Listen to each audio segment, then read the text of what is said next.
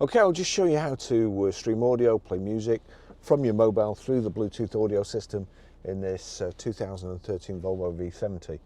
Now, if we go to your music, you'll see there, My Volvo Car. If I click on that at the bottom of the speaker, the choices are iPhone or My Volvo Car. The tick next to the Volvo Car means that any audio you play on your phone will come through the system in this in the car. So we'll go back to the record.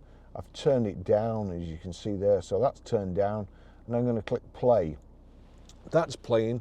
I go over to the system, I click media. Now media, that's come up on auxiliary. So what you need to do now is click media again. That brings up a different menu. We use the rotary control here to go to Bluetooth. Click OK on Bluetooth. That's showing it's playing this record through this system. If I turn this up and then turn this up, there you go. That's how you stream audio.